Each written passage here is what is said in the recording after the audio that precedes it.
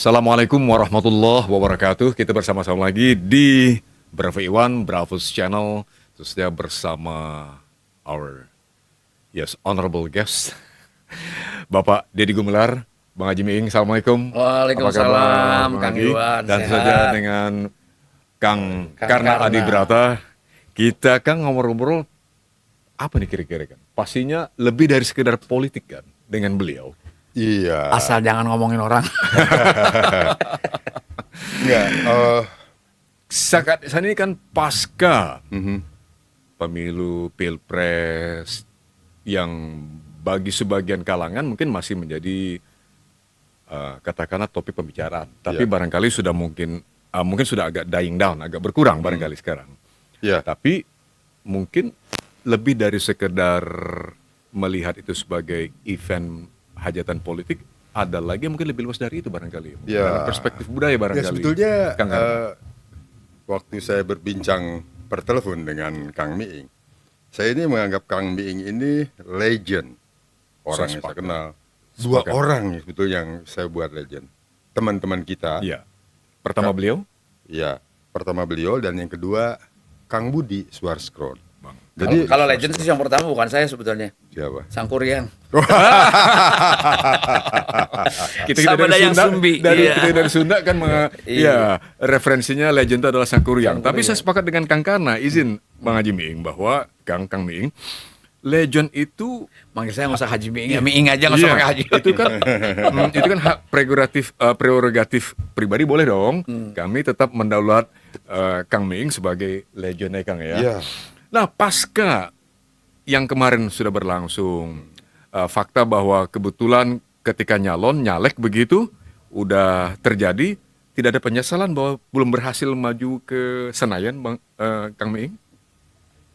Kalau mau menyesal kan harusnya direncanakan sejak awal. Gitu. Untuk menyesal juga? Oke. Nggak, karena kita memang tahu bahwa ini bicaranya mesti apa, frame-nya agak luas ya. Iya. Bicara politik, saya aneh gitu kalau orang nyalon terus kalah terus nyesel gitu. Jadi kalau menang nggak? Kalau menang nggak nyesel. Hmm. Iya kan? Oke. Nah kalau kalah, jadi sebetulnya kan ya orang kalah itu ya sebetulnya pemenang ya atau pecundang yang tertunda untuk selangkah lagi bisa menang gitu loh. Jadi kita dibutuhkan kesabaran dan ketika perjalanan kita secara syariat kita ikhtiar yang sudah cukup, munajat yang sudah cukup, tapi keputusan yang berbeda dengan cita-cita atau harapan, memang itu ketetapan Allah gitu. Harus diterima. Dari awal positioning secara batiniah Oh itu risiko. Kang Miing sudah Risiko itu cuma dua di dalam battle atau di dalam pertandingan election itu cuma dua kan. Iya. Kalau nggak menang kalah. Oke. Sistem demokrasi kita juga itu Betul, kan. betul. Udah ya, harus siap gitu. Jangan cuma siapnya menang doang gitu. Kalau kalau udah menang mah mau ngomong apa juga enak. Semua teori menjadi relevan. Hmm. Kalau menang. Tapi kalau kalah itu kan jadi itu kan menang ada syaratnya, kalah ada sebabnya. Makanya dari awal saya melihat pada Kang Miing ini, Kang, banyak konon katanya yang tidak berhasil dalam pemilu, terutama nyaleknya gagal, sejumlah orang itu stres. Padahal beliau nggak kelihatan sama sekali, Ya, tidak ya. kelihatan luar biasa. Rupanya Untuk memang beliau apa? Untuk apa? sudah menyiapkan diri. Untuk apa? Iya. Kekuasaan titipan, material yang kita punya juga titipan, harta kekayaan semua titipan gitu. Keren. We are nothing. Terus tiba-tiba kalau lu bakalnya selalu stres, ngapain lu ikut pemilu? Kalau saya selalu mengatakan pada masyarakat, sekarang saya nggak menang ikut pemilu, tapi saya udah untung Apa itu, Bang? mampu membangun silaturahmi dengan satu dapil itu. Hmm. Oh, Kapan caranya, gimana saya bisa mengenal orang Depok kalau saya nggak ke politik? Hmm. Bagaimana saya bisa kenal dengan orang Bekasi, orang Jati Asih, orang Jatiwarna, orang Keranggan, Iya. ya kan? Orang Pondok Gede. Bagaimana caranya mengenal mereka? Itu jumlahnya Kecuali populasi. orang saya mau jualan, Betul. datang ke kampung-kampung, saya ada tujuan jualan. Betul. Ini kan politik. Iya. Itu ruang silaturahminya. Makanya kenapa pilihan saya setelah tidak menjadi penghibur, pilihan saya adalah politik. Kenapa? Karena politik memiliki ruang, memiliki dimensi ruang yang luas dalam muamalah. Politik memiliki Dimensi ruang yang luas. dalam konteks muamalah. Ya, Kang Iwan penyiar radio, penyiar TV, Anda ibadah hanya di situ loh, pekerjaannya di situ. Saya politisi, saya bisa segala macam, bisa ngomongin pendidikan karena punya kekuasaan, Persis. betul nggak? Bisa ngomongin kesehatan karena punya kekuasaan, Ngomongin ekonomi, semua, semua. semuanya semua. Nah, sekarang kalah saja, saya untung. Apa untungnya tadi? Bisa mengenal tokoh di dapil saya, bisa bersilaturahmi, punya uang seperak 2 perak, bisa spending untuk, Pak ngopi Pak, alhamdulillah ada rezeki nih. Dia duduk minum kopi kita, makanan kita, ngongkosin tukang ojek, membuat baliho, membuat spanduk, lalu percetakan bisa hidup. Itu jangan sekedar hanya dianggap spending, itu investasi masa depan. Iya. Kalau kita anggap semuanya sebagai bagian dari ibadah gitu loh. Jadi enggak saya tidak punya alasan untuk stres, untuk apa gitu. Enggak gitu loh. Ya memang kan Luar Kang Iwan, biasa. Keren, Kang Iwan. keren sudut pandang Kan beliau. ada banyak, Ya, ada banyak orang Iya. yang tadi dikatakan bahwa mereka ikut pemilihan kemudian stres dan segala macam, terus menyesali karena dia tidak menang. Ya kita apresiasi yang disampaikan oleh Kang Miing tadi itu, tapi secara keseluruhan pasti kan ada melihat konstelasi politik sekarang ini pasti akan melihat plus minusnya. Kalau plusnya banyak kalangan sudah melihat kan, minusnya lebih banyak. Nah dari Kang Ming sendiri bagaimana nih melihat konstelasi politik, proses yang kemarin sudah berjalan, adakah sedikit yang dinilai secara pribadi oleh Kang Miing, bisa sebagai politisi atau bisa sebagai pribadi seperti kita gitu kan. Dan kita sendiri melihat bahwa sepertinya ada sesuatu yang nggak beres nih Iya. di negara kita ini dengan konstelasi sekarang ini. Nah menurut Kang Miing gimana nih? Ya, sekarang selesai ya. Ngomongin soal pribadi saya sudah selesai. Ya, betul. Saya tidak meninggalkan dalam konteks negatifnya residu persoalan. Betul. Lalu saya juga tidak meninggalkan utang ekonomi Ya. karena belum bayar percetakan, saya enggak gitu. Jadi Semakin keren. pribadi Kami. sudah selesai. Ya. Sudahlah, Ya. terima. Kalau kita kalah, Mhm. menurut kita manusia mungkin, waduh, buruk banget ya. Mhm. Menurut Allah mungkin itu lebih baik. Iya, Bisa. iya, iya. Karena apa? Karena kita tengah direncanakan untuk pengabdian yang lebih lain. Iya. Gitu. Nah, kalau tadi Kang Karna menanyakan tentang konstelasi politik setelah pemilu, Hmm. saya kira bukan bukan. Oh banyak banget. Oh, oke. Oke. Saya tinjauannya pasti dari sisi budaya kalau menurut saya. Ini menarik. Nah, sebelum masuk ke budaya, yang digeluti saat ini Ya. atau Artinya sebagai politisi Ya, artinya masalah gini. budaya kan? apapun, bukan soal budaya karena tugas saya dulu di Komisi 10 lalu bicara budaya. Karena apa? Mesti meluruskan definisi tentang budaya yang dipahami oleh publik. Iya, iya. Kalau orang mendengar kata budaya pasti kesenian. Salah. Betul. Ya. Gitu. Ya. Walaupun tidak salah-salah amat, memang ada unsur kesenian sebagai tools, sebagai instrumen Ya. dari kebudayaan. Jadi antara bicara budaya dengan kebudayaan saja udah beda. Kita luruskan dulu ya Kang ya. Budaya itu koridornya cuma 3, Pak. Iya. Pertama adalah paradigma atau paradigm. Bahasa Indonesia cara pandang. Orang mulai dari berpikir. Yang menentukan nasib orang itu dari cara berpikir awal. Iya. Karena berpikir akan memproduksi kata-kata, akan memproduksi perilaku, Iya. akan memproduksi karakter. Iya. Dan karakter itulah yang mengantarkan orang menasibnya akan seperti apa. Kan? Iya. Iya. Jadi yang pertama paradigma. Yang kedua muamalah kalau bahasa agamanya. Apa action? Perilaku, behavior. Perilaku orang. Yang jadi sorotan Kang Kara sekarang perilaku politik kan. Iya. Itulah kebudayaan. Apa itu? Tingkat kesadaran yang rendah, yang tidak memiliki atau meninggalkan etik. Etik itu tata nilai. Geus teu boga kaisin. Ya. Sudah hilang rasa malu. Banyak sekali politisi, Itu kedua. pemimpin. Itu kedua Kang. Kedua, ya kan? Kalau ketiga kan artefak, peninggalannya. Di situ ada aspek sejarah, antropologis, ya kan? Arkeologis. Kalau budaya itu. Ketiganya itulah budaya. Ya ketiga-tiganya ini adalah budaya. Budaya memproduksi 7 poin tadi. Ada sistem organisasi, tata nilai sosial, segala macam itu. Itu budaya, ekonomi.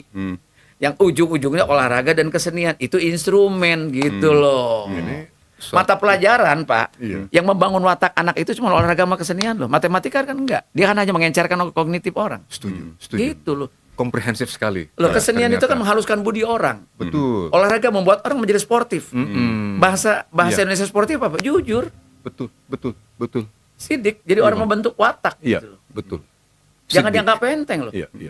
Dari olahraga. Anak-anak biarkan dia main bola, biarkan dia belajar karate. Karena kalau kita lihat dalam sejarah, bagian dari sejarah juga, Kang Ming, saya jadi ingat kan karena bahkan Nabi Muhammad SAW pun mengajarkan agar selalu berolahraga kan gitu. Loh iya. Karena itu salah satu dasar untuk membangun sportivitas kan ternyata. Sholat aja Filosofinya. bentuknya olahraga gimana? Iya, iya. Jadi, oke lah itu ya. Nah saya hanya ingin coba menyoroti apa yang disampaikan oleh Kang Karna tentang konstelasi Ya, pasca. silakan Kang. Silakan. Yang menyebabkan ini sebetulnya ya perilaku ini. Saya mengatakan bahwa pemilu 2019 saya lihat brutal. Hmm. Yang lalu. 2019. 2024 ini lebih jauh dari keadaban. Oh, Hmm. jadi jauh lebih buruk dari brutal. Oh iya. Kenapa itu? Kenapa? Penyelenggara ikut Oh, maksudnya melakukan ibarat wasit ikut oh bermain. iya, memang sulit membuktikan karena kita sulit data. Tapi mereka terlibat semua. Nggak mungkin nggak terlibat. Oh, gitu. Bahkan ya boleh berasumsi dong, hampir mungkin di atas angka 80% yang masuk ke parlemen pun saya yakin dia akan keluar uang lebih banyak. Artinya apa? Kalau bukan suap. Yang keluar uang banyak aja nggak menang, nggak ada orang ke DPR itu, ke DPRD itu, lalu dia menang begitu saja melenggang tanpa keluar uang untuk memberikan suap. Saya nggak percaya sekarang. Artinya apa? Balik ke pertanyaan Kang Karna tadi, yang bahasan kita adalah kehilangan kesadaran terhadap kebaikan itu. Gitu. Saya tuh pengen ngomong itu sebenarnya. Oke. Hmm. Artinya apa, Kang? Ini John Smith bilang, Iya. ini bangsa di dunia ini tengah terjadi benturan budaya, Ya. benturan peradaban. Salah satunya itu kesadarannya hilang. Jadi kalau saya gambarkan sebagai sebuah film, itu kayak pendekar mabok film Cina gitu loh. Iya, iya. Hmm. Kalau pendekar mabuk apapun dilakukan demi untuk, kan kalau orang mabuk itu punya problem, dia minum, dia mabuk karena alkohol. Setelah dia bangun dia sadar problem itu kan tidak hilang. Iya. Iya. Apakah dengan politisi menyuap rakyatnya untuk bisa menang, setelah itu dia menang, problem itu selesai? Setelah dapat 200-300 ribu setiap orang menerima uang suapan itu, lalu problem kemiskinan dia selesai? Kan enggak. Tapi diajak benar untuk bisa sadar kan juga susah. Nggak bisa. Kalau kemarin, wah salah nih politisinya menyuap. Loh mereka kalau nggak nyuap nggak milih. Udah bisa dibuktikan kok itu. Hmm. Jadi ada Nah ini yang dimaksud Iya, oleh betul. Kang Karna tadi, menyisakan konstelasi. Apa? Residu. Kalau watak dan kesadaran orang kayak gitu, otomatis akan berpengaruh pada sistem. Iya. Kalau seseorang yang sudah berkuasa, ingin keinginannya ternyata terhalang oleh norma, Iya. oleh aturan, oleh undang-undang, oleh konstitusi, maka dia tidak akan canggung untuk bisa merubah norma itu agar dia sampai pada tujuan. Hmm. Ya, ya. Kehilangan etik gitu loh. Hmm. Kehilangan rasa. Ya. Itu yang paling berat. Itu paling berbahaya buat manusia. Karena apa? Salah satunya adalah bedanya kita dengan hewan, kita punya akal budi, Kang Iwan. Betul. Sepakat. Kita mungkin manusia nggak kawin di trotoar aja kayak kucing atau anjing. Ya. Iya. Ya. Saya tertarik tadi apa yang disampaikan budaya gitu. Ada sebagian orang, mungkin termasuk saya, mengatakan bahwa kebiasaan yang selalu dilakukan akhirnya akan menjadi budaya. Salah atau benar saya nggak tahu. Jadi kalau ada orang mengatakan seperti itu, pantaslah dia mengatakan korupsi itu sudah menjadi budaya di Indonesia. Itu bisa nggak dikaitkan? Budaya itu biasanya harusnya sih outputnya dari budaya itu baik. Ya. Karena apa? Ada 3 unsur tadi kan. Kalau itu kebiasaan. Kebiasaan ya. Kebiasaan. Kebiasaan. Kalau kebiasaan yang jelek berulang-ulang itu jadi karakter namanya. Oke. Berbeda dengan budaya. Jadi kalau Sifatnya gitu individu. Ah. Individu. salah dong orang mengatakan bahwa korupsi itu sudah menjadi budaya di Indonesia. Nggak apa-apa. Nggak apa-apa, yang boleh-boleh maksud- saja. Bukan maksudnya gini, mungkin pemikiran dia sampai di sana dalam pengertian, taunya bahwa budaya itu adalah budaya buruk. Budaya itu harusnya baik. Ya. Nah sekarang kita kembali ke konstelasi tadi mengatakan bahwa Kang Miin tadi mengatakan bahwa ini ada terjadi di kita ini benturan budaya. Apa yang salah? Apa yang salah dengan budaya di Indonesia sekarang ini? Dengan budaya nggak ada yang salah. Bukan, artinya terjadinya Ya. konstelasi yang menjadi Ya, semacam ini. Karena pertanyaan Kang, karena itu apa yang salah dengan budaya Indonesia? Nenek moyang kita zaman dulu pemilihan kepala desa nggak pakai uang tuh. Ya. Artinya masyarakat pada tingkat usia itu zaman dulu itu masih baik-baik kan? Berarti. Ya, ya, ya. Betul. Saya tidak ingin menyalahkan rakyat yang mau menerima suap atau meminta suap, karena itu kan dua kutub yang memang saling menginginkan. Yang ya. satu mau nyuap, yang satu minta disuap. Ya, ya. Kalau salah satu pihak tidak ada, tidak akan terjadi. Nggak mungkin dia. Kang Iwan naik motor, Iya. melawan arah ditangkap polisi. Bapak nggak mau pusing dengan tilang, nggak mau sidang, nyogok polisi. Kalau polisinya nolak kan nggak terjadi. Persis. Selesai itu. Atau sebaliknya Kang ya? Atau sebaliknya sama saja. Nah karena dua-duanya sudah kehilangan kesadaran, negara ini adalah pendekar mabok itu, mereka lakukan. Kenapa? Kehilangan satu nilai. Apa itu? Rasa malu. Oke. Apa itu rasa malu? Sebuah kesadaran. Itu yang disebut dengan budaya. Budaya itu kesadaran.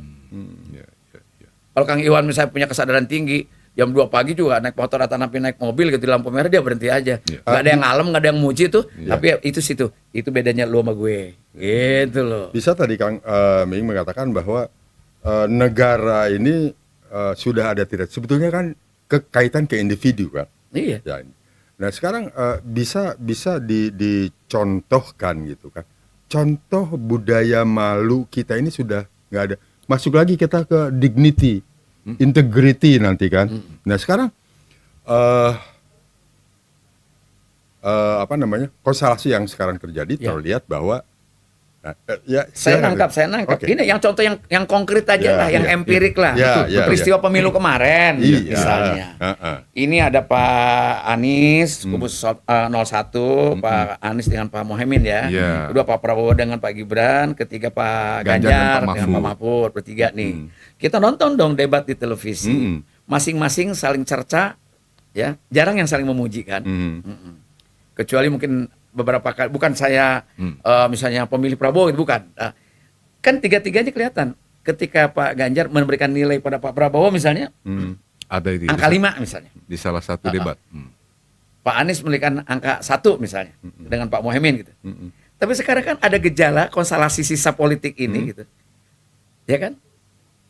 Pak Surya Paloh kan pertama kali ngusung 01. Tiba-tiba ketika Pak Prabowo menang kan dia duluan ingin approach bagaimana caranya masuk ke pemerintahan. Pak Mohaimin juga mendekat gitu, mengundang dan sebagainya. Ini kan bentuk, harusnya menjadi bentuk pertanggungjawaban kepada pendukung pemilihnya yang mereka sudah berbenturan di bawah loh. Kalau memang Pak Prabowo nilainya cuma 1,1 dalam pandangan 01 misalnya, atau 5, ngapain juga mereka gabung dengan orang yang tanda kutip nilainya rendah. Gitu. Narasi terakhir di MK, curang yang diputuskan oleh MK tanpa pembuktian misalnya. Mereka mau gabung lagi yang kalah ini. Kan mau gabung dengan hasil pemerintahan yang curang. Kalau dia membangun ada rasa, harusnya ada pakai dan rasa malu. Dan pendukungnya harus marah kalau menurut saya gitu loh. Harus marah apa? Kita dibentur-benturkan di bawah agar memenangkan dia. Begitu ini dia enak aja dipindah begitu saja. Berapa puluh juta, minta izin dulu karena 90 juta orang itu mestinya.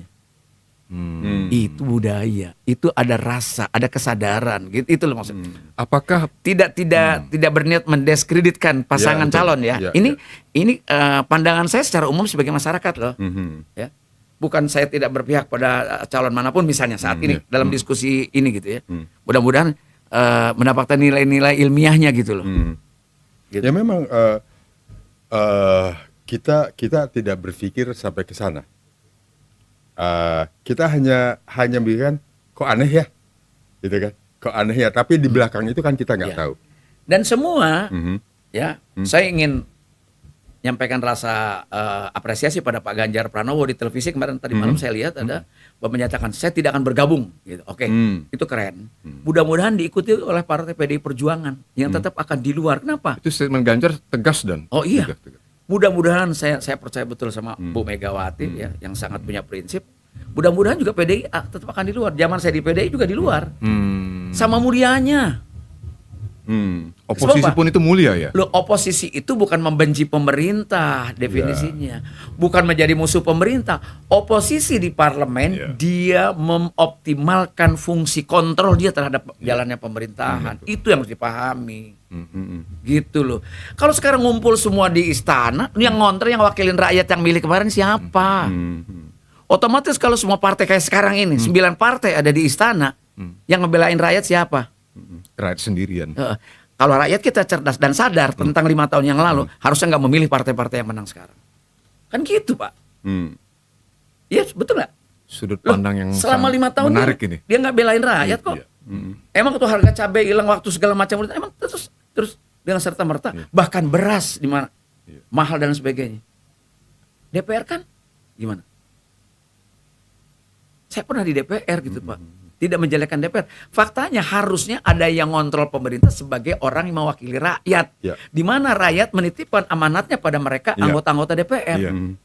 Kan gitu, Pak. Tapi kalau semua partai, semua fraksi ada di istana, di pemerintahan, di eksekutif, terus besok yang mau belain rakyat kecil ini siapa? Sementara fungsi DPR salah satunya fungsi kontrol. Mungkinkah bisa ngontrol kalau semua partai ada di pemerintahan? Mustahil. Dan Itu aja, gitu. Dan itu terjadi sejak awal Republik ini terbentuk kan. Jadi di parlemen itu kumpul yang sudah sepaham, satu kooptasi, itu kan dikooptasi. Jadi suara parlemen itu seharusnya kan terbagi dua, kalau bisa 50-50. Tapi itu kan Iya. Lalu alasan mereka kalau yang kalah ingin bergabung dengan pemerintahan yang menang, alasannya ingin membangun bangsa. Lo kemarin 5 tahun ngapain? ya. Ayo, ngapain kemarin 5 tahun? Udah kesempatan. Itu kan klise banget. Hanya takut kehilangan dapurnya mungkin, atau sumber pendanaan untuk partai mungkin, atau karena punya hutang hukum mungkin. Hah? Kelihatan. Ada nggak rasa empati pada publik, pada rakyat pemilihnya yang sudah berbenturan dengan saudara, berantem hanya gara-gara bela pilihan, kohesi sosialnya rusak, elit-elit itu sekarang cengenges gitu bareng-bareng salam, seolah tidak ada masalah gitu loh. Nah di situ yang Bukan hilang. berarti kita tidak setuju bahwa bangsa ini harus akur, Ya, kita ya. setuju, tapi kita kan punya anak cucu yang harus mencontoh mereka perilaku politiknya menjadi baik, gitu loh. Konteks tadi ini, Kang, pembelajaran terutama dikaitkan dengan bahwa pentingnya anak cucu ke depan Ya. melihat peristiwa sekarang ini, apakah ada yang bisa ditarik sebagai pelajaran? Ya. Dan ini seluruh keseluruhan menjadi pembelajaran kan? Ya gitu. itu kebiasaan kita Kang, itu. karena optimis apa enggak ini? Ya, kebiasaan kita itu kan, apa musibah ini selalu dijadikan pelajaran itu. Tapi cuma retorik saja. Retro itu selalu kita tuh selalu mengomongkan begitu. Ini ya jadikan pelajaran ke depan jadi. Nah, kalau dijadikan pelajaran ke depan, hasil putusan MK ini dijadikan jurisprudensi yang akan datang. Itu kan bahaya. Nah, maksud saya begini. Itu retorika, jadikan pelajaran, ambil hikmahnya, tapi nggak berubah gitu. Dan itu kebiasaan kita. Atau atas nama ingin berkontribusi pada pembangunan. Nah, Itu kan alasannya pasti kayak gitu. Ya. Di luar emang tidak berkontribusi pada pembangunan. Mengontrol pemerintahan adalah kontribusi terhadap pembangunan. Kami sudah mengatakan tadi bahwa ternyata itu klise belaka kan? klise. Klise banget. Untuk Udah tau lah takut kehilangan sumber. Ya. Untuk 5 tahun yang akan datang. Ya iyalah. Artinya kalau kita punya menteri 1, 2 atau 3, berarti kan partai aman. Berarti ada niat nggak beres menggunakan kekuasaan Nah, itu dia. jadi menteri. Ya, jadi Ini saya kepengen bahasa-bahasa kita kayak gini didengar oleh rakyat dan berubah. Tapi kalau rakyatnya juga nggak berubah, percuma. 5 tahun akan terulang lagi. terulang lagi. Cuma Saya- dijadikan pelajaran-pelajaran. Konstelasi politik ini tadi yang disampaikan ini kan harusnya menjadi bukan hanya retorik pembelajaran, mengulangi kebodohan, seperti keledai yang berjerumus ke lubang yang sama berulang-ulang gitu. Dan bangsa ini tidak akan nyaris sejahtera. Kenapa? Dua-duanya sudah terjebak di dalam apa? Di dalam bawah sadar kita. Apa itu? Nyaris tidak berbudaya karena peradaban runtuh. Di antaranya Pak, rasa malu. Rasa malu itu bagian dari etik. Ada nilai rasa. Kalau Bapak mau mencuri, hanya di sini digunakan, mumpung orangnya tidur. Kayaknya motornya nggak dikunci. Ini otak yang kerja. Tapi kalau di sini, jangan dong, itu punya orang lain. Nanti yang ke kantor bagaimana ntar? Jangan-jangan cicilannya belum beres. Itu di sini yang bicara. Rasa takut ada di sini Pak. Rasa malu ada di sini. Ini kenapa kita ngomong sama. Saya tidak punya pilihan diksi untuk politik saat ini, ya, kecuali itu. Kenapa? Kita kehilangan rasa semuanya. Termasuk kehilangan rasa malu tadi. Terutama. Oh iya. Dia hanya senang-senang di televisi, punya iklan yang bagus, yang hingar-bingar, yang pesta-pesta partai politik itu. Betul. Semuanya memikirin rakyat yang susah sekolahnya. Kalau bicara ingin memberikan kontribusi terhadap pembangunan, 5 tahun yang lalu juga kalian tuh partai-partai dikasih kekuasaan juga. Nah, Gitu loh. ya. Jelas apa disampaikan tuh masuk di benak saya. Kita sudah tahu salahnya itu atau residu yang ditinggalkan oleh konstelasi politik itu. Nah, bagaimana kita membenahinya? Ya kalau membenahinya itu kan saya udah kalau nggak salah di episode yang dulu saya pernah juga bicara ya. Manusia ini kan terdiri bukan hanya terdiri dari tulang belulang dan daging ya. Yang saya bilang yang membedakan manusia dengan hewan itu kan akal budinya ya. Makanya di situ ada namanya pendidikan gitu. Nah ini harus dibereskan menurut saya sih. Ada politik kesadaran melalui apa instrumennya pendidikan. Yang kedua instrumennya hukum. Bagi anak usia sekolah itu pendidikan.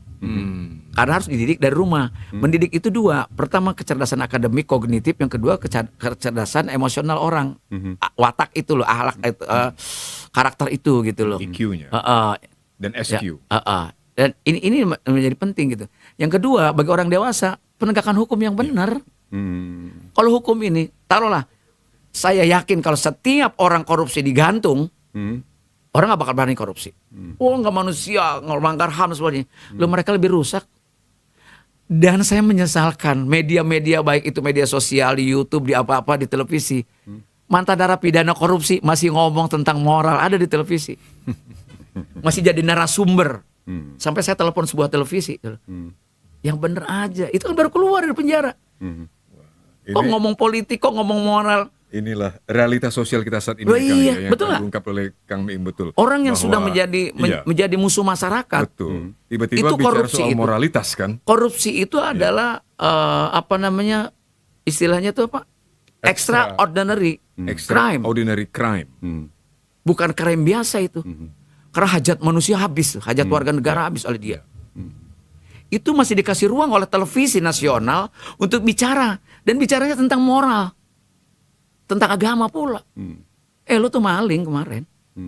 Gitu loh. Jadi, Nggak ada malunya kan? ya betul. Jadi tanpa tadi rasa sampai malu ini, tadi. pendidikan. Intinya ke pendidikan tadi. Pendidikan Satu. dimulai Dari rumah. Pak. dari rumah kan. Begin at home. Rumah itu disebutnya adalah madrasatun ula. Dia pendidikan awal. Iya. Jadi the first university is your at home gitu. And the first professor is your mother. Makanya kata Rasulullah, kalau negara ini mau baik, perempuannya harus baik. Di antaranya ibunya. Nah, Gitu. sekarang kita pertanyakan nih ke Kang Miing. Kang Miing kan pernah di parlemen, anggota DPR, di komisi 10 membicarakan masalah budaya, pendidikan. Apakah itu sudah disampaikan konsep-konsep semacam yang tadi itu kepada Sudah. apa Dan ya yang paling vokal loh Kang waktu itu. ya betul ingat. betul Dan saya, semua sudah, makanya kita tanyakan Ya. lagi paling vokal Ya. beliau ini. Karena di parlemen itu sehebat apapun ide seseorang, karena sistem politik dan keputusannya kan kolektif kolegial. Ya. Oh, Kalau saya jadi eksekutif, jadi bupati, saya yang pegang sistem, saya yang melaksanakan sistem itu. oke. Oke, bikin perda lah, bikin apalah gitu. Saya bupatinya loh, saya wali kotanya loh, saya gubernurnya gitu. Itu punya kekuasaan pun. Atau saya presidennya misalnya.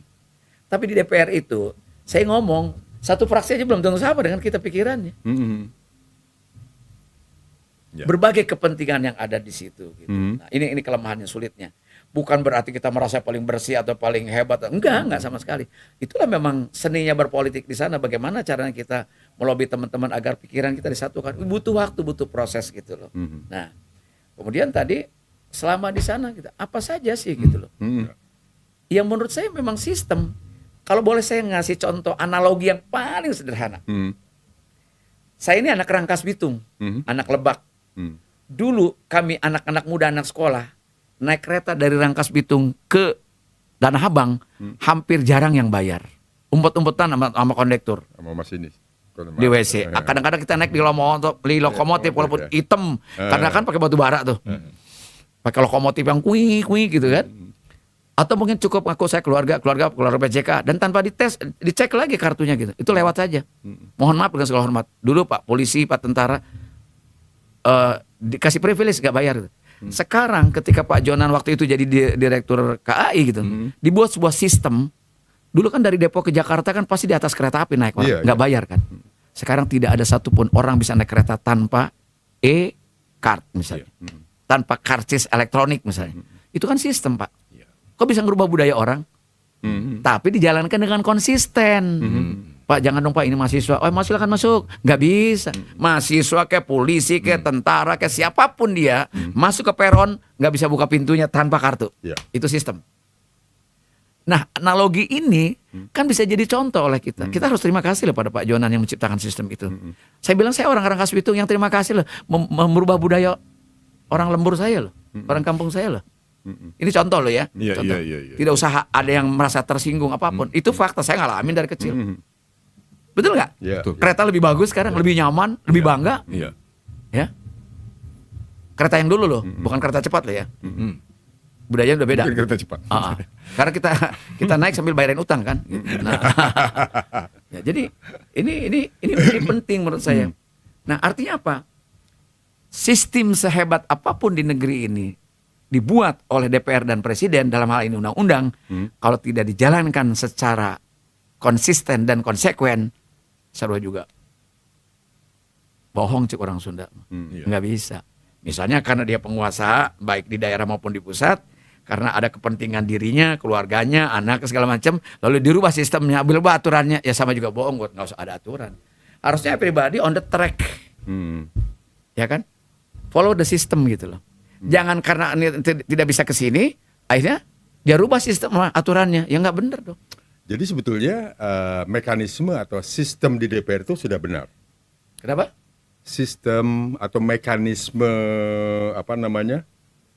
menyatakan pendapat dalam satu komisi itu, nanti pandangan umum di tidak bisa dijawab benar. Tidak bisa. Karena itu konsensus kesepakatan politik.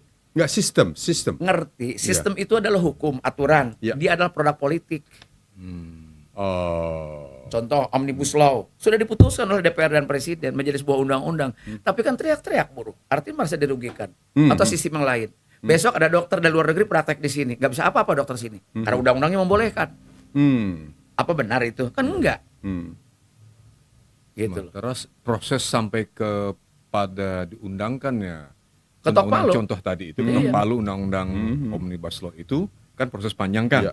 Itu lewat tadi tuh kolektif dan kolegial. Individu seorang anggota parlemen tidak bisa mengambil keputusan sendiri karena harus merupakan keputusan fraksi masing-masing. Iya, gitu. Jadi saya kira ini obrolan-obrolan klise yang kita udah tahu, rakyat udah tahu kondisi kayak gini, udah tahu. Hanya caranya bagaimana? Sekarang rakyat nggak boleh ngeluh. Apakah ini boleh katakan? Kenapa nggak boleh ngeluh? Benar Kang Iwan. Kenapa nggak boleh? Mereka yang milih kok. Dengan cara disuap apapun mereka mau ngaku atau enggak, walaupun tidak seluruhnya orang mau disuap ya. Mohon maaf pada masyarakat, tidak semuanya orang bisa disuap.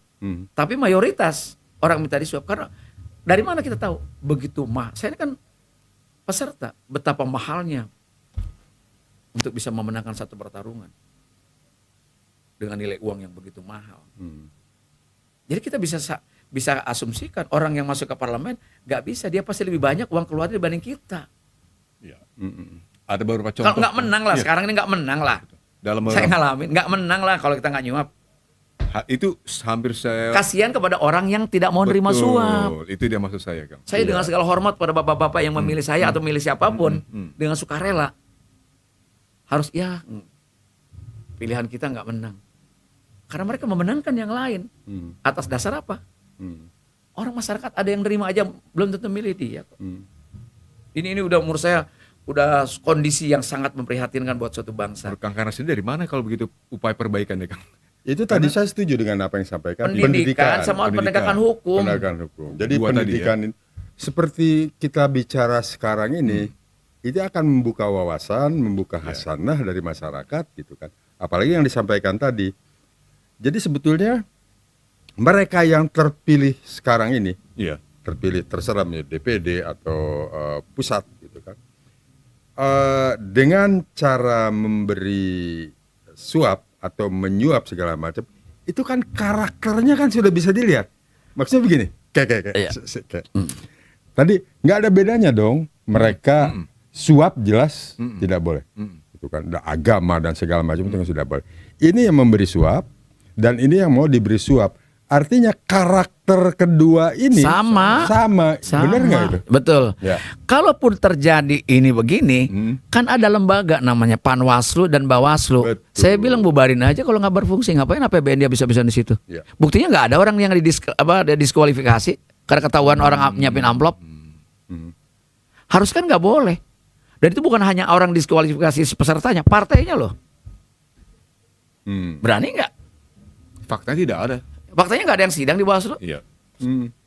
Nggak ada tuh. Kita dengar Tapi orang sedang- di penjara gitu. Sedang dibawa dalam proses saat ini masih berlangsung. Saya nggak di tahu MK loh, ya. Kang. Ya. Nah, itu kira-kira Apa MK? ya, Kalau MK kan perselisihan sengketa antar Iya, sengketa partai. itu hanya soal suara. Suara. Tapi soal hukumnya bagaimana? Oh. Oke. Nggak mau. Udahlah, kita tahu walaupun saya tidak bisa mengantongi buktinya bahwa amplopnya dikumpulin, nggak bisa. Tapi kita tahu itu ada. Iya, Kayak iya. kentut gitu loh. Baunya ada tapi nggak bisa dipegang kan? Iya, iya.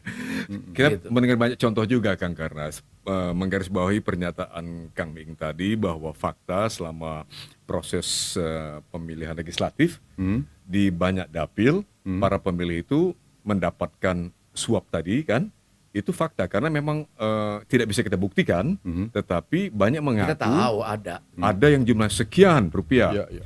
Ada orang yang kebetulan beruntung hanya menghabiskan misalnya contoh di suatu dapil di Kalimantan hanya dengan 2 miliar rupiah, tapi karena memang dia dipilih oleh masyarakat setempat di dapilnya itu karena track recordnya bagus, dia lolos ke Senayan. Iya. Sebaliknya bahkan di dekat di ibu kota ada seorang tokoh yang menghabiskan sekitar Miliaran. 20 miliar tidak menang. terpilih, tidak menang. Iya. Kalau yang tadi yang pertama itu kasuistik banget. Kasusnya ya. Orang baik dipilih gitu.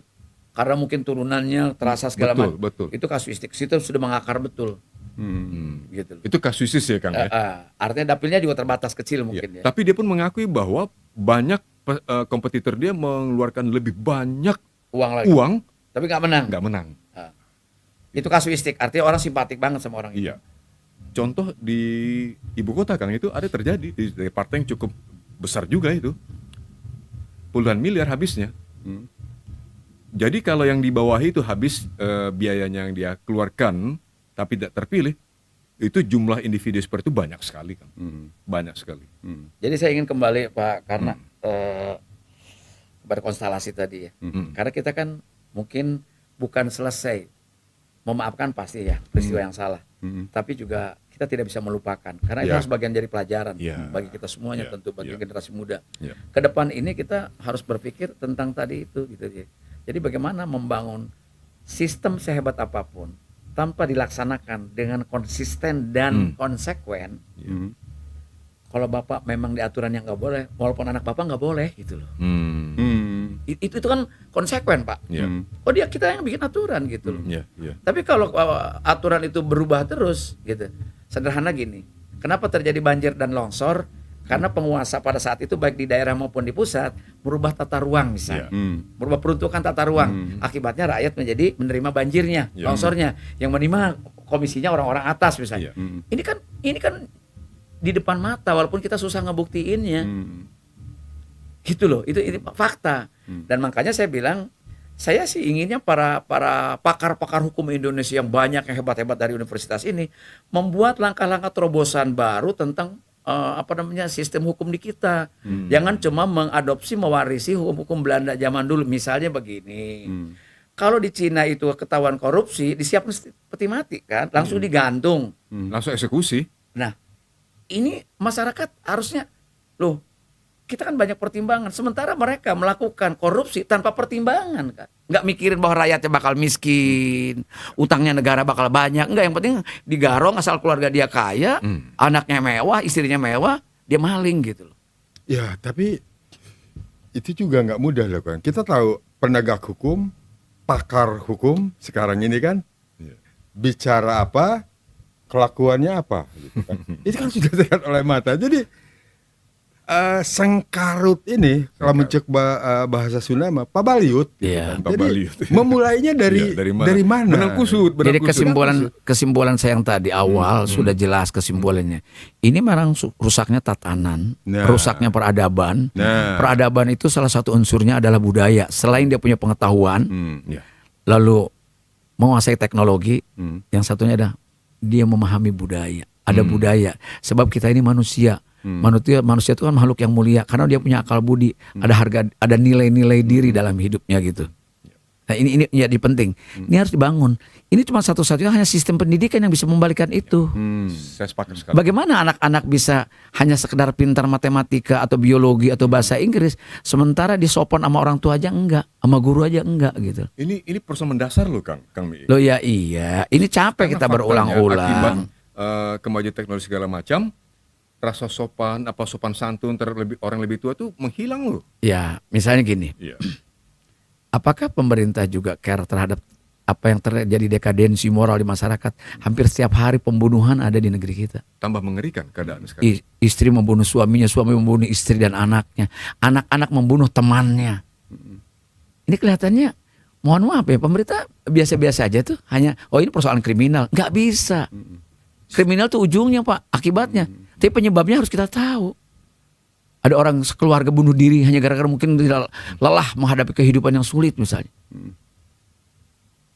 Ini kan fungsi-fungsi formal nyaris tidak berlaku. Sistem tata nilai, sistem agama, Iya. sistem hukum. Jadi orang kembali kayak hewan, yang penting makan gitu loh.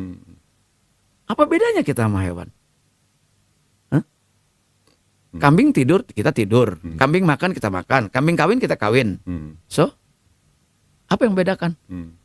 Masih tadi kan akal budi tadi kan. Iya Ya. gitu loh. Ya setuju yang disampaikan oleh kami. Jadi saya teringat ini, mempertahankan budaya itu penting. Tuh kan. Contoh nih, ratusan tahun saudara-saudara kita yang ada di Baduy Ya. mempertahankan budaya, eksis sampai sekarang, dan budayanya itu tidak berubah, Ya. tidak bisa dimasuki oleh budaya-budaya luar. Ya. Bisa. Itu bahasanya gini, mempertahankan adat.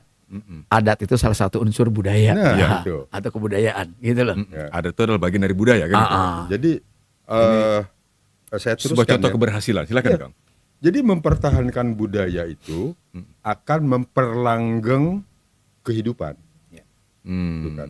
Contoh, gitu kan. Dulu kan kita banyak masyarakat Sunda terutama gitu kan, agak sedikit miring gitu kan ke Baduy ini kan. Terus kok mereka sepertinya kok nggak mau modern sih gitu kan. Korek api aja nggak boleh atau gas nggak boleh. Kalau malam. Kalau malam, gitu kan. Kemudian handphone segala macam nggak boleh, itu di Baduy dalam. Kita mikir ini kuplek apa? Tapi kalau kita lihat ya, ternyata mereka bisa mempertahankan itu ratusan tahun. Karena saya dilahirkan di Lewi Damar. Nah, itu kan. Lewi Damar sebuah kecamatan, salah satu desanya Kanekes. Ya. Berarti saya tahu banget bagaimana adat istiadat mereka. Ya. Karena ayah saya kalau lagi musim berhuma itu meminta kepada Jaro, pada Puun, minta tenaga tukang Betul. ngebersihin lahannya adalah orang Baduy. Nah, Apa yang mau saya ceritakan? mereka jalan kaki ke Jakarta sekalipun tidak naik kendaraan, bahkan tidak pakai sepatu bermerek kayak kita. Nggak pakai sepatu malah. Iya, justru itu yang saya sampaikan. Dan mereka tidak belajar matematika di sekolah, tidak belajar bahasa di sekolah, tidak belajar bahasa Inggris ataupun apa pelajaran yang lain. Tapi di sana zero kemiskinan. Di dieu mah eueuh nu sugih, tapi eueuh nu kelaparan. Iya. Di sini tidak ada orang kaya, tapi nggak ada orang kelaparan. Sebab mereka punya sistem Iya. gotong royong, lumbung desa. Iya. Oke. Yang kedua, mereka tidak punya prestisius dalam kehidupannya dengan kehidupan yang mewah segala macam, tapi mereka sejahtera. Rumahnya tidak dikunci, amben, dia tidur di depan pun nggak ada masalah, tapi zero kriminal. Tidak ada pemerkosaan, tidak ada pelecehan. Tidak. Itu apa artinya apa? Begitu nilai-nilai luhur nenek moyangnya yang disebut adat istiadat dan dia adalah bagian dari budaya dan bagian dari kebudayaan, ini yang konsisten dan konsekuen dilaksanakan. Ya. Ini. Kenapa orang Baduy Ya. tidak boleh kawin dengan orang luar? Iya. Karena takut merusak sistem dan tatanan itu. Mereka pertahankan adat yang sudah diwariskan itu karena mereka menikmati itu. Gitu loh Pak.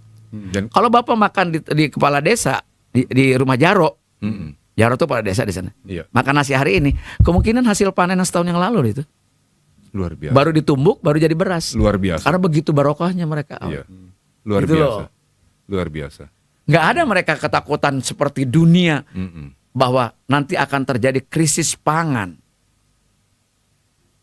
Mereka Mereka begitu nggak- mereka begitu arif menyikapi. Selama mereka mau kehidupan. datang ke Iya. mana? Datang ke hutan, ke Iya, ladang, mereka iya, akan makan. iya. Dan mereka di Karnekes itu, mereka itu penjaga sumber air untuk kehidupan di Kabupaten Lebak itu. Mereka nggak mengotori air itu. Enggak. Mereka nggak nebang pohon sembarangan. Nggak ada longsor di situ. Karena dijaga betul, orang lain nggak boleh menggarap itu. Dahsyat ya. Apa artinya itu? Bisa nggak Menteri Kehutanan kita kayak gitu? Nah, itu justru saya ingin masuk ke situ. Iya. Tambah keren Jadi ini, Kak. saya, Tambah saya keren. contohkan Iya. tadi Baduy, Iya. karena saya tahu persis beliau ini, Iya. kambing ini Dekat dari dengan Lebak, wilayah- dekat iya. sana. Jadi kan Dan terungkap huma semua. di sana, ladang di sana tidak tercemar oleh pestisida karena mereka organik. Betul. Nah, Mereka tidak emosi harus 1 tahun panen 3 kali, tidak 1 tahun sekalipun tidak apa-apa karena memang begitu sustainable. Iya. Itu bisa mereka. Ternyata kearifan yang menjadi bagian dari budaya itu Iya. dalam contoh Baduy bisa tetap mempertahankan sustainability kan gitu kan? Oh Kang, ya? iya. Iya kan? Iya sang. Artinya jangan pernah memandang rendah kekuatan dan fungsi budaya kan gitu kan? Enggak, masalahnya kan mau soal modern dan tidak modern standarnya dari mana gitu loh. Persis. nah, Apakah kalau modern itu harus naik pesawat? Gitu. Harus ngerti laptop gitu. Iya, Ya kan? hmm. Loh, mereka nggak ngerti laptop, nggak ngerti apa, mereka happy tuh hidupnya, Happy. bahagia. Tidak ada kelaparan di sana. Tadi itu Iya. tidak ada kekerasan. Bukan berarti kita tidak harus mereka, kriminalitas. tapi maksudnya yang perlu dilihat Iya. sebagai pembanding ada tata nilainya itu Tata loh. nilai. Ya. Ini poinnya. Mereka poinnya. punya rasa malu loh. Ya. Kenapa? Kalau mencuri itu malu mereka. Iya. Bayangkan. Ya. Sebenarnya saya ingin mengatakan begini,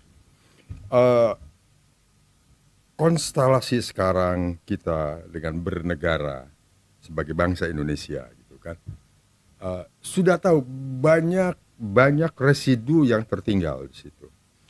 Sebenarnya saya ingin mengatakan kalau mengajarkan kepada mereka orang-orang pintar itu kan susah, harus begini, seyogianya begini. Saya hanya ingin mengatakan salah atau tidak saya tidak tahu. Belajarlah kepada saudara-saudara kita yang di Baduy. Salah satu contohnya. Boleh saya bicara begitu? Boleh. Silakan aja teruskan. Iya, Silakan. betul, boleh. Oh. Dan itu fakta kita seperti itu, Kang, karena bahwa kita harus ikut arus karena dunia sudah open sky, terbuka Iya. langit, bahwa kita sudah menjadi bagian dari masyarakat dunia Iya. gitu ya. Bahwa kita harus mengerti internet, bahwa kita juga melihat sosial media, itu sebuah keniscayaan. Walaupun bahwa peristiwa revolusi digital ini menurut saya ini kan melampaui untuk kasus Indonesia, Iya. melampaui batas budaya kita. Iya. Budayanya belum beres, tatanan hidupnya belum dewasa. bahwa anak kita berhenti main game itu kalau dibentak oleh orang tuanya loh. Beda dengan anak-anak yang punya pendidikan di barat, dia punya kesadaran, oh hari ini saya harus belajar. Itu dia. Dia berhenti sendiri gitu loh. Makanya pengguna gadget di Indonesia itu 8 jam per day, per hari. Tertinggi Di dunia. negara maju itu hanya 2 jam. Kita tertinggi dunia. Iya, itu satu. Artinya apa? Bahwa digital masuk itu melampaui batas budaya. Emak-emak ya yang tidak sepantasnya goyang-goyang body erotik dengan auratnya di sosial media, dia pertontonkan. Kehilangan rasa malu kan. Nah ini kan nomor apa? Sebab apa? Tatanan budaya beragamanya kan mungkin masih lemah. Tiba-tiba dia ada yang begini, seolah dia ngetop, seolah dia jadi narsis gitu loh. Ini kan bukan masalah kecil loh ini. Justru kalau mau rusak bangsa, sebuah negara, rusaklah budayanya. Ya. Nggak usah pakai bedil. Rusak aja budayanya. Dan sudah terasa oleh kita sekarang ini. Luar biasa Kang. Ini Gitu. Jadi kaitannya Kang Iwan tadi, ketika kita bicara budaya, dia basic untuk bicara politik sekalipun. Ya. Politik Anda akan menjadi baik kalau budaya Anda baik. Ekonomi Anda baik kalau budayanya baik. Kan gitu. Kemudian dan sebagainya. Dia harus berdampingan dengan agama. Kan bahkan bagi umat kita, mohon maaf ya, beragama dalam pengertian Islam, kan wahyu kepada Muhammad SAW itu belum turun. Sementara kan anaknya Nabi Adam sudah saling membunuh. Berbudaya membuat tombak sudah ada ya, sebelum agamanya datang ya. Itu bisa pikirkan kita. Betul gak? Seyogianya beriringan. Dulu mana ada sih antara kampung dengan kampung saling serang? Gak ada.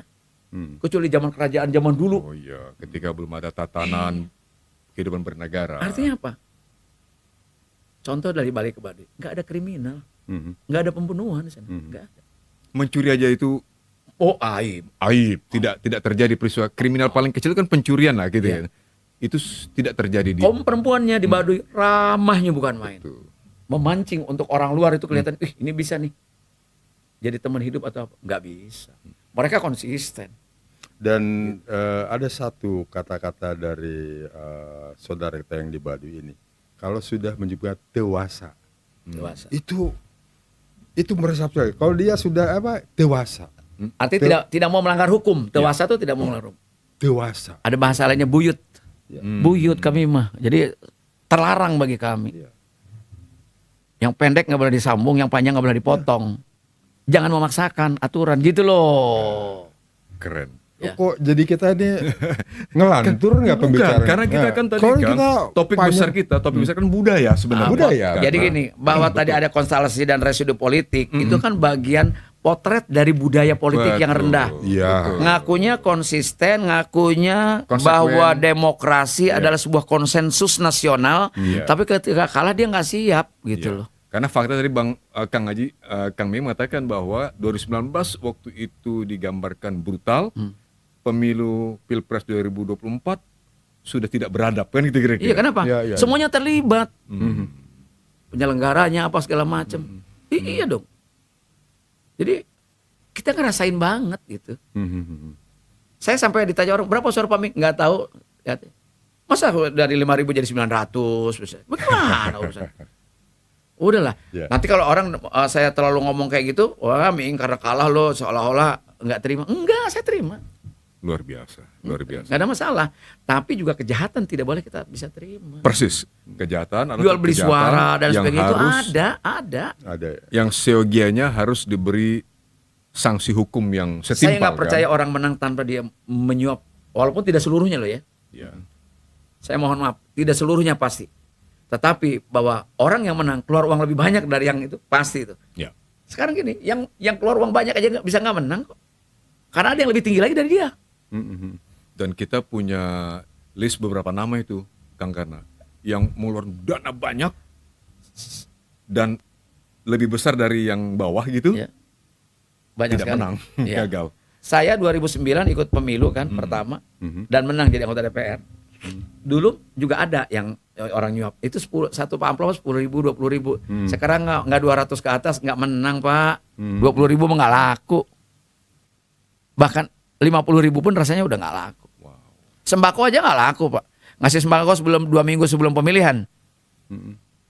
Pas hari H pemilihan dengan 300.000 selesai urusan tuh. Ada pertanyaan lain dari saya.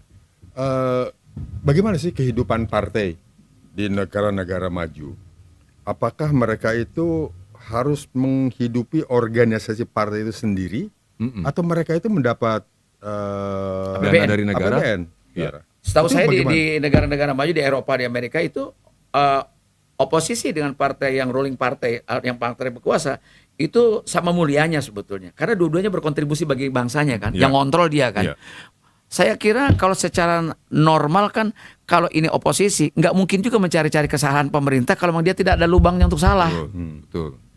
Kalau memang pemerintahnya mensejahterakan rakyatnya, pendidikan bukan hanya murah tapi gratis, lalu orang sampai universitas nggak Betul. keluar biaya, lalu nyari cabai nggak mahal, nyari beras nggak mahal. Rasanya sih orang DPR juga bisa jadi nganggur gitu, nggak ada kerjaan bisa jadi, karena pemerintahnya baik gitu loh. Tapi kalau ini tidak baik lalu bersekongkol dengan mereka, yang jadi korban kan rakyat, Pak. Itulah di situ dibutuhkan oposisi sebagai pengontrol, menggunakan. Oposisi kan saya bilang tadi mengoptimalkan fungsi kontrol, salah satu haknya DPR. Artinya dia menjadi representasi betul dari rakyatnya. Keluh kesah rakyat itu dipotret oleh anggota DPR, maka dilakukan pembelaan itu gitu loh. Fungsinya kan itu sebetulnya, Ya. mewakili. Jadi nggak usah semuanya harus ada di kekuasaan. Ke depan Bukan maksudnya soal begini ya. begini. Biarkah serahkan pemerintahan ini kepada yang menang, termasuk partai-partai pendukungnya, koalisinya. Biar aja mereka dulu. Bahwa dia butuh orang yang dari luar, silahkan ambil. Tapi jangan tiba-tiba baru belum selesai udah riuh nyari kasakusuk, nyari posisi untuk bisa dapat menteri dan sebagainya. Kan kelihatan di media Ya, juga. ya. Gitu loh. Enggak, maksud pertanyaan saya begini. Apa bedanya partai yang ada di Indonesia, partai-partai yang ada di Indonesia dengan partai-partai yang ada di negara maju, misalnya gitu kan? Apakah organisasi partai itu overhead, dana, biaya segala itu dari partai sendiri atau Saya dari kumpulan partai nggak sendiri? tahu bagaimana atau dapat anggaran? penjelasan Itu dari, pertanyaan saya. Kita kami. juga dapat anggaran partai Oh. politik di Indonesia sesuai dengan jumlah anggota fraksinya. Ya, Tapi nilainya betul. tidak mungkin cukup untuk membiayai partai selama 5 tahun. Oke. Gitu loh Pak. Karena jadi kalau di sana setahu saya oposisi pun dibiayai oleh APBN. Betul. Kita juga pernah ngusulin sebaiknya sih di partai politik dibiayai oleh APBN. Kalau ada penyalahgunaan APBN seperti juga pemerintah dari partai politik, penjarakan, ada pidananya gitu loh, korupsi namanya. Tapi akhirnya partai tidak mencari kasakusuk, mencari biaya sendiri. Yang ujung-ujungnya potensi untuk korupsi dari anggota fraksi itu sangat besar. Ya. Gitu loh. Karena dia pegang APBN, membahas ya kan dan memutuskan. Bisa kerjasama dengan pemerintah. Ujung-ujungnya seperti itu. Jadi Ya kan? Kang Ya, Mimi sepakat. katakanlah misalnya begini. Yang sejahtera hanya wakil rakyat, yang rakyatnya harus sejahtera. Katakanlah partai dibiayai oleh APBN, Hmm. mencukupi gitu kan. Apakah korupsi akan hilang? Maksudnya tadi karena Minimal dia tidak punya pintu untuk ngutak-atik APBN menjadi keuntungan Itu partai saya sepakat. politik. Ya, Itu satu. ya. Yang kedua, lalu tidak memberdayakan anggota DPR untuk mencari dana dari luar. Udah jelas dari situ. Atau mungkin partai dibolehkan dalam undang-undang untuk membangun sebuah sumber daya di luar APBN, namanya perusahaan atau usaha, tapi yang non APBN. Karena APBN udah dapat. Jangan bikin perusahaan menjadi rekanan DPR, saya itu nggak benar. Atau rekanan kementerian, ya gitu loh, ya. Nah, itu saya kira itu bisa menjadi penting gitu. Nah, kemudian kesininya bagaimana cara memperbaiki ke depan? Saya sih usul sebagai orang yang pelaku ya, pelaku dalam pengertian ngalamin ikut apa namanya election gitu ya, ikut pemilihan gitu. Menurut saya pemilihan presiden dan pemilihan legislatif itu dipisah, dikembalikan seperti dulu. Jadi adanya presidensial threshold sekarang ini yang 20%, sesungguhnya kan menggunakan threshold hasil pemilu 5 tahun yang lalu. betul. Buat saya Nggak fair. sekarang nggak masuk akal ini. Nggak masuk akal. Iya. Sebab apa? Partai yang kemarin menang, pemilu yang sekarang belum tentu menang. Betul. Buktinya banyak Betul. partai-partai yang rontok. Betul. Tapi thresholdnya tetap dia. Mm-mm. Gitu loh. Itu satu. Dipisah. Dan rakyat akhirnya terframing oleh media bahwa pemilu adalah pilpres. DPR nggak dihitung. Oh. Kita punya presiden bagus tuh penting. Sehingga seolah-olah Kang Iwan. pemilihan legislatif tereduksi ya, Memilih- teredusir. memilih presiden hebat itu penting untuk ngurus negara, tapi tidak kalah pentingnya punya anggota DPR hebat. Persis, itu maksud saya. Sekarang kan mohon maaf kalau saya bilang asal marah kali orang. Asal punya duit. Iya, iya, iya. Iya. Bukan berarti Ming karena kalah aja. Enggak, bukan. Enggak ada masalah saya sih kalah, enggak ada masalah. Iya. Akan tapi yang masalah itu kita harus mewariskan negeri ini pada anak cucu kita dengan tatanan yang baik, dengan orang yang punya rasa malu gitu. Hebat sekali, tercerahkan kita ini. Mudah-mudahan sebuah- pendengar Bravos, pemirsa di sana bisa. Enlightenment ini Kang, Iya. pencerahan. Pencerahan. Luar biasa, luar biasa. Ya. Jadi Ya kan? tadi poin dari Kang Miing tadi yang paling akhirnya beliau sampaikan tadi Kang, karena bahwa seyogianya belajar dari pengalaman sejauh ini, memang seyogianya dipisahkan itu pemilihan legislatif dengan pilpres. Karena pilpres menggunakan threshold 20% itu yang berlaku saat ini kan mengacu kepada Ya. Pemilu yang lalu. pemilu yang sebelumnya, 5 tahun lalu. sebelumnya. Itu tidak Mungkin yang menggambarkan milih itu udah mati. persis. Atau yang sekarang anak-anak belum milih waktu itu. Persis. Jadi Kok bisa pemilihan terlibat sekarang dia? ini seolah tidak terlibat kan gitu Iya. kan? Nah, Iya. saya kira Dan itu- kalau mau adil Kang Iwan, ke depan itu tidak ada threshold. Bukan Itu- 0%, tidak ada threshold Iya. untuk presiden. Supaya Iya. apa? Anak-anak bangsa yang hebat itu juga bisa muncul. Setuju. Bukan hanya karena apa? Bukan hanya bisa membeli atau membawa tas kepada partai politik, membeli kendaraan partai. Enggak. Betul, setuju. Tapi persoalannya partai-partai yang sekarang maukah bikin undang-undang seperti itu? Kan mereka juga akan tergeser, jadi akan jadi ancaman bagi yang status quo, gitu loh. Hampir dipastikan partai-partai itu Berat. apa-apa tidak akan Untuk menyetujuinya. masuk ke situ tuh, saya tertarik Pak. Perlukah kita kembali ke Undang-Undang Dasar 45? Kalau saya melihat kalau kondisi liberal kayak gini perlu. Oke. Oh, Kalau saya sih. Kalau dulu lebih tertib kok. Iya. Suka tidak suka.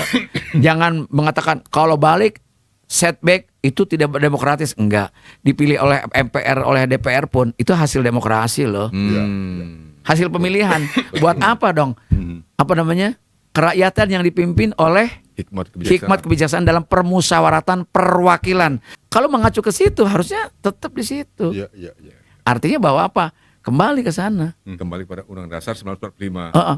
Jangan mengatakan bahwa wah ini mundur. Enggak. Emang terus yang maju terus sejahtera orang. Mhm. Dengan 4 kali amandemen, lalu rakyat sejahtera. Sekolah murah. Pemerintah dan negara harus terima kasih lah pada NU, pada Muhammadiyah, pada yayasan-yayasan swasta lainnya, pada Kanisius, pada Santa Maria yang membangun sekolah. Kalau enggak bakal ke APB, enggak bakal kebiayaan sama negara. Iya, iya. Iya, betul. Betul nggak? Iya. Jumlah sekolah Muhammadiyah berapa ribu? Iya. Sudah membantu negeri ini. Iya. Artinya apa? Tidak pernah- APBN kita nggak dianggap nggak palsu. Sekarang aja cuma nyokolain berapa sekolah negeri, itu dianggap nggak cukup. Ini mendasar sekali kan. Iya bahwa dong. dari satu sektor bidang pendidikan saja ternyata Iya. APBN tidak mampu memenuhi seluruh kebutuhan pendidikan, biaya Iya. pendidikan. Udah nggak mampu bocor. Udah nggak mampu bocor pula. Oke, Sebetulnya padahal kemarin pada saat ya kan. Kang Miing jadi ini, saya itu ikut berdoa. Mudah-mudahan Kang Miing, cuman doa saya belum terkabul. Mudah untuk 5 tahun yang akan datang, Kang. Iya.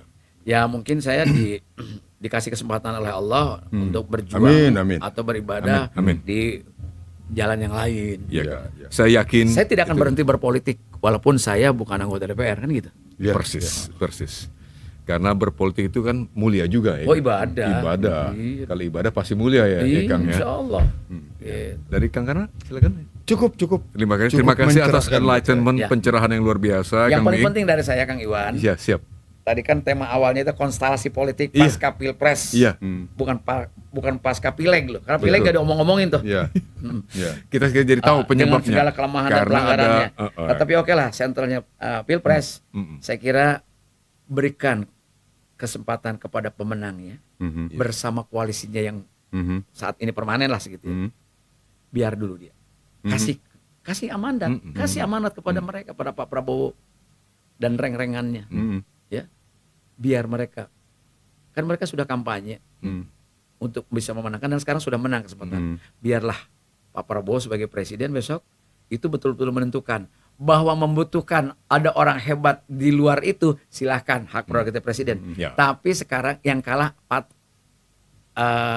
parkir dululah. Mhm.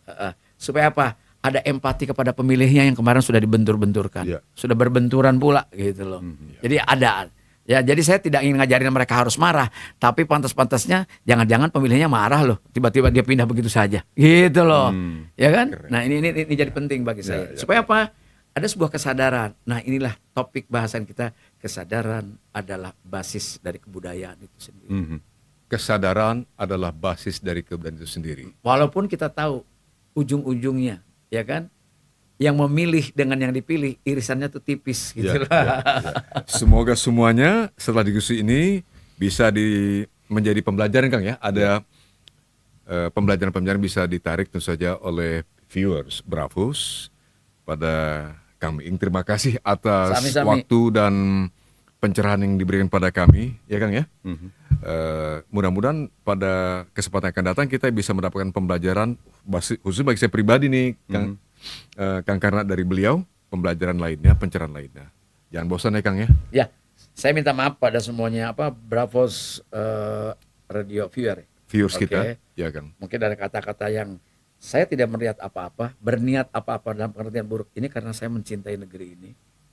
Dan saya ngalami sebagai praktisi politik, Ya. sebagai pelaku politik pada Ya. saat pileg dan pilpres gitu ya. Ini menjadi penting bagi kita untuk duduk bareng, pikiran kita sama agar kita negeri lebih baik. Ya. Kalau saya sih usianya udah selesai lah istilahnya. Tapi kan punya anak dan punya cucu Ya. yang harus hidup dalam tatanan negeri yang baik. Ya. Itu aja. Ya. Jadi Dan- mudah-mudahan ini menjadi sebuah ya belum tentu benar, akan tetapi minimal menjadi koreksi bagi kita semua. Siap. Ternyata rasa malu itu penting banget. Sepakat Kang Miing, sepakat. Rasa malu itu penting benar. Dan mudah-mudahan sesuai dengan doa Kang Miing tadi, Yang Maha Kuasa mengabulkan ya Kang ya. Amin. Dan kita semua segenap bangsa Indonesia menjadi bangsa yang benar-benar berbudaya dan lebih berbudaya ke depan. Terima kasih atas kesempatan yang diberikan oleh Kang Miing. Sekali lagi terima kasih atas perhatian Anda. Kita jumpa lagi pada episode yang akan datang. Pada Kang Miing sekali lagi terima kasih dan tetap meneruskan perjuangan Kang. Amin, amin, Terima kasih, amin. Kang, ya. Hatur nuhun. Hatur nuhun Kang Karna. Kita jumpa lagi pada kesempatan yang akan datang di episode dengan topik yang berbeda pula nanti. Assalamualaikum warahmatullahi wabarakatuh. Waalaikumsalam warahmatullahi wabarakatuh.